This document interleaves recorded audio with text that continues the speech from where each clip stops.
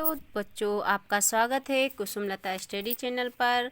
मैं आज आपके सामने भारत संसाधन एवं विकास जो कि भूगोल है कक्षा 8 की बच्चों के लिए है, जो कि सरकार निःशुल्क देती है बच्चों को।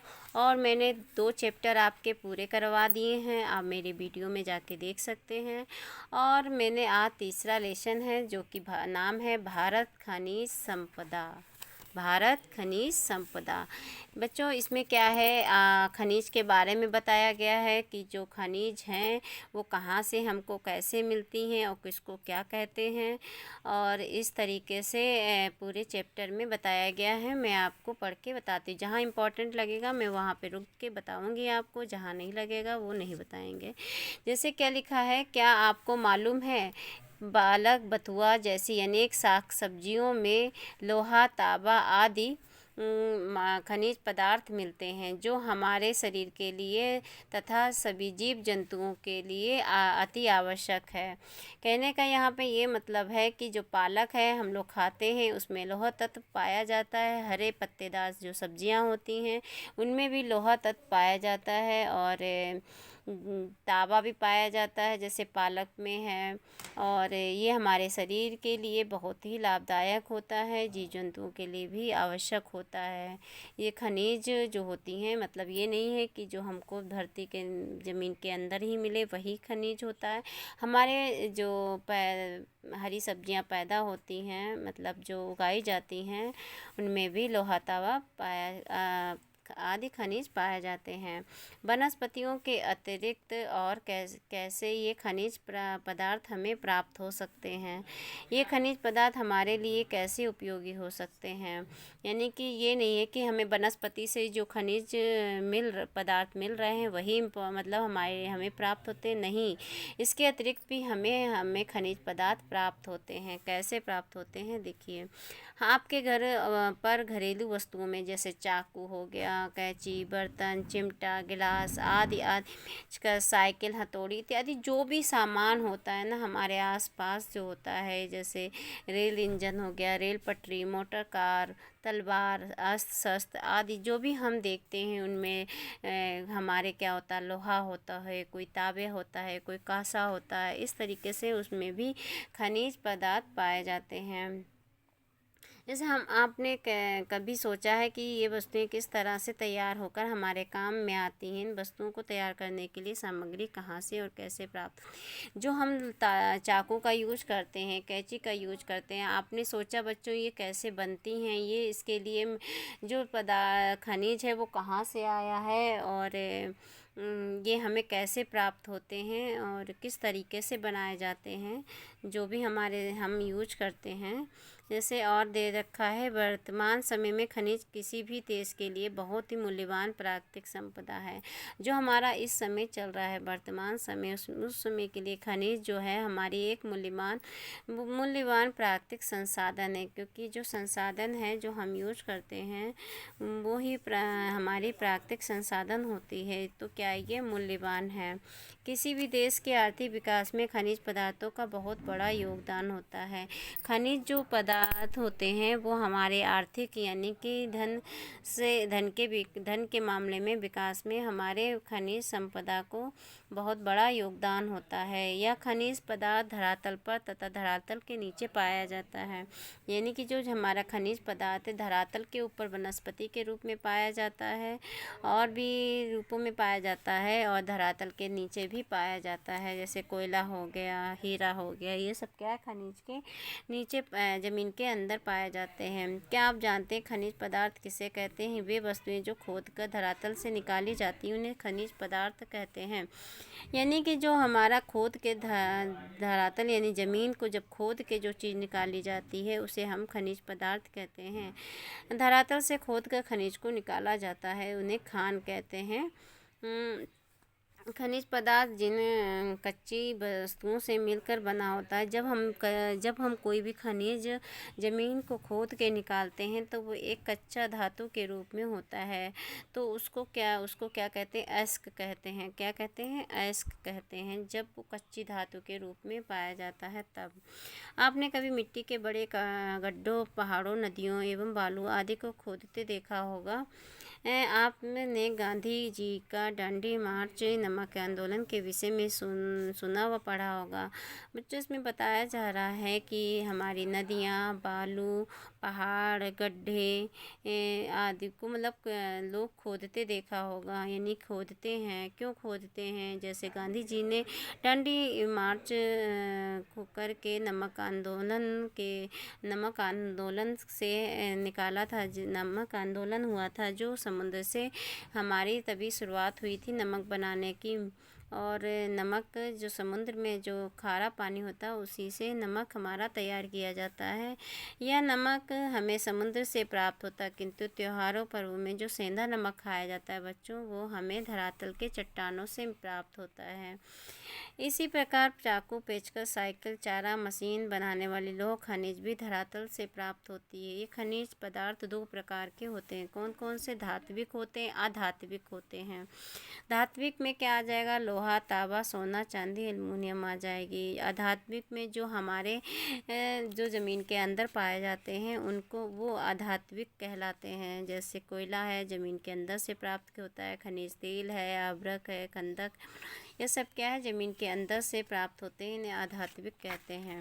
ये बच्चों ये नक्शा है, यानी कि मैप है। इसमें कहाँ पे कौन सी चीज़ पाई जाती है यहाँ पे ये बताया गया है कि ये यहाँ पे कि कौन सी की मात्रा में कहाँ कौन सी चीज़ पाई जाती है।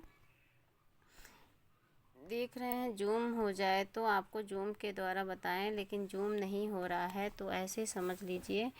छत्तीसगढ़ में जो है वो पाया जाता है।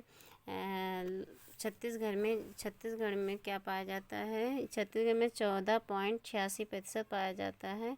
इस तरह धात्विक खनिजों का राज्यभर उत्पादन ये दिया गया है कि इसमें कहाँ कितना पाया जाता है खनिज, ये आप लोग देख लीजिएगा। यहाँ पे बताया गया है धात्विक जो होते हैं वो खनिज पदार्थ, वो ये चीज़ हैं जैसे लोहा, तांबा, एल्युमिनियम, मैग्नीज, सोना, चांदी, जस्ता, ये क्या हैं? खनिज पदार्थ हैं। और ये कहाँ पाए जाते हैं इनके बारे में दे रखा है, कहाँ पे कौन सी चीज़ होती है वो आप लोग याद कर लीजिएगा। और किस धातु से कौन सी चीज़ बनाई जाती है। जैसे लोहा है, लोहा से हम लोग क्या बनाते हैं? हर प्रकार की मशीनरी और कारखानों के निर्माण का काम होता है। उद्योग इसी पर निर्भर करता है। इस तरीके से ये सारी चीज़ें बताई गई हैं कि किस जस्ता है कि काहे में जस्ता का यूज होता है। और बच्चों फिर है हमारा धात्विक पदार्थ में लोहा आ जाता है, जो कि आयरन के नाम से जाना जाता है इंग्लिश में। लोहा धातु आपके विभिन्न कार्यों में प्रयोग होता है। जब लोहा धातु अन्य पदार्थों से मिली रहती है तब इसे लौह अयस्क कहते हैं। जैसे लोहा जो होता है अन्य धातु से जब मिलती है तो उसे लोहा अयस्क कहते हैं। इसे ऊष्मा के प्रयोग द्वारा अयस्क से अलग कर लौह धातु के रूप में प्राप्त किया जा सकता है। यानी कि लोहा में जो अन्य पदार्थ जब हम मिला होता है उसको हम कैसे अलग कर सकते हैं? ऊष्मा के प्रयोग के द्वारा। ऊष्मा के उपयोग के द्वारा ही हम इसको से अलग कर लोहा हम प्राप्त कर सकते हैं। लोहा धातु इसकी मजबूती के आधार पर मैग्नाइट, हेमाटाइट, लिमोनाइट और सिडेनाइट प्रकारों में बांटा गया है। यानी लोहा जो धातु है मजबूती के आधार पर 4 प्रकारों में बांटा गया है, जो कि नाम दिए गए हैं। विश्व का लगभग 1/4 लोहा भंडार भारत में ही, मतलब विश्व का लगभग 1/4 भाग जो है हमारे भारत में ही है लोहा भंडार में।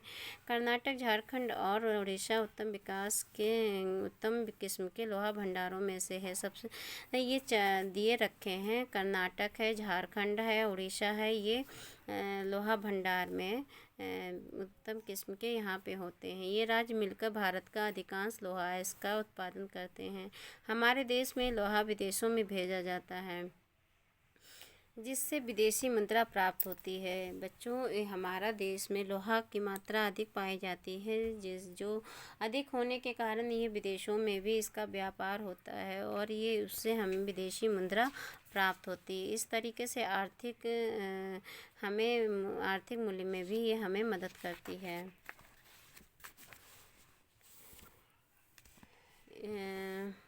इसे मंगाने वाले देशों में चीन है, जापान, दक्षिण कोरिया, हांगकांग, पाकिस्तान आदि है। मतलब यहाँ क्या होता है, यहाँ लोहा ये लोग मंगाते हैं अपने भारत से। बॉक्साइट के बारे में क्या है, एल्युमिनियम का बर्तन आपने अवश्य देखा होगा। यह बर्तन जिस अयस्क के द्वारा बनता है इसे बॉक्साइट कहते हैं। जो हमारा एल्युमिनियम का जो बर्तन होता है वही हमारा क्या होता है, बॉक्साइट होता है। ठीक है, बनाया जाता है उसे बॉक्साइट कहते हैं। बॉक्साइट खानों में से निकाला जाता है। इसे शुद्ध करने के लिए उच्च ताप पर गलाया जाता है। मतलब इसे अगर जब निकलता है तो ये शुद्ध नहीं होता है, जब इसे गर्म उच्च ताप पर गलाया जाता है तब ये शुद्ध होता है। बॉक्साइट को गलाकर शुद्ध एल्युमिनियम छान कर अलग कर लिया जाता है। यह एल्युमिनियम अपने हल्केपन, मजबूती, लोचदार और चमकदार होने के कारण विभिन्न प्रकार से हमारे लिए उपयोगी है। ये जो एल्युमिनियम है ये हमारे लिए बहुत उपयोगी बताया गया है। इसमें ये चमक होती है, लोचदार है, मजबूती भी है, हल्कापन भी हो। जैसे वायुयान में विद्युत तार हो गए, मशीनों के कलपुर्जे हो गए, फर्नीचर हो गए, वाहन हो गए तथा बर्तन इसका प्रयोग होता है। यहाँ पे प्रयोग बताया गया है कि एल्युमिनियम का कहाँ कहाँ प्रयोग किया जाता है। मैग्नीज या एक महत्वपूर्ण खनिज होती है और इसका प्रयोग लौह अयस्क स्टील बनाने में, ब्लीचिंग पाउडर, शुष्क बैटरी, चमड़ा, शीशा, माचिस आदि उद्योगों में किया जाता है। मध्य प्रदेश तथा महाराष्ट्र राज्यों में देश का अधिकांश मैंगनीज प्राप्त होता है। सबसे ज़्यादा कहाँ पाया जाता है मैंगनीज? मध्य प्रदेश और महाराष्ट्र में पाया जाता है। कुल उत्पादन का लगभग 1/4 भाग मैंगनीज जापान, ग्रेट ब्रिटेन, संयुक्त राज्य अमेरिका, जर्मनी, फ्रांस आदि देशों में निर्यात किया जाता है। मतलब जो निर्यात होता है मैंगनीज का वह कहाँ कहाँ होता है? जापान में, ग्रेट ब्रिटेन, संयुक्त राज्य अमेरिका, जर्मनी, फ्रांस आदि देशों में। फिर है बिजली के खंभों पर दौड़कर तार किस धातु से बने होते हैं। इसमें बताना है आपको कि ये पूछा जा रहा है कि बिजली के खंभों पर दौड़ रहे तार किस धातु से बने हुए हैं। मोटरसाइकिल व इसके इंजन में कौन कौन सी धातुएं प्रयोग में लाई जा गई हैं। ये सारी चीज़ें आपको नोट डाउन करके लिखना है, यहाँ पे पूछा गया है। फिर है आधात्विक खनिज पदार्थ के बारे में बताया गया है और आधात्विक यानी कि जो खोद कर हमें प्राप्त होता है। आधात्विक खनिज जो पदार्थ होते हैं जैसे गैस हो गई, खनिज तेल हो गया, कोयला हो गया, जो कि जलाने के अलावा अन्य प्रकार भी उपयोगी होता है। जैसे गैस की सहायता से जोड़ाई कार्य इत्यादि होता है। यह आधात्विक खनिज पदार्थ है। ये आधात्विक खनिज पदार्थ हैं बच्चों, इनको आप देख लीजिए कौन कौन से आवर्क है, संगमरमर, नमक, चूना, पत्थर। ये अक्सर परीक्षाओं में पूछे जाते हैं। ये कहाँ से मिलते हैं और इनका आर्थिक महत्व क्या है। ठीक है, अब आवर्क के बारे में क्या बताया गया है। यह आपने होली व अन्य त्योहारों में वीर गुलाल के साथ अत्यंत हल्का चमकीला सफ़ेद, हरा, काला तथा हल्का गुलाबी रंगों से उड़ता हुआ पदार्थ देखा होगा। जो हम लोग होली खेलते हैं, गुलाल जो होली में त्यौहार जो होता है उसमें गुलाल खेलते हैं, जो उसमें चमकीले पदार्थ होता है वही हमारा क्या होता है, हबीर होता है यानी गुलाल होता है। ये हल्का रंगीन पदार्थ, चमकीला रंगीन पदार्थ होता है, इसे ही आवर्क कहते हैं। विश्व में हमारा भारत सबसे अधिक आवर्क उत्पादन करता है, यानी कि आवर्क के मामले में विश्व में हमारा भारत पहले स्थान पर है। आंध्र प्रदेश भारत का सबसे प्रमुख आवर्क उत्पादन है। आंध्र प्रदेश जो है हमारा आवर्क के मामले में प्रथम स्थान है। बच्चों, ये जो है आप इसके बारे में पढ़ लेना और मैं अभ्यास आपको अगले नेक्स्ट वीडियो में कराऊंगी, जो कि आप इसको पढ़ लीजिएगा और अगले वीडियो के लिए आप तैयार रहिएगा। और आपको समझ में आया है तो कमेंट करके ज़रूर बताइएगा। Thank you.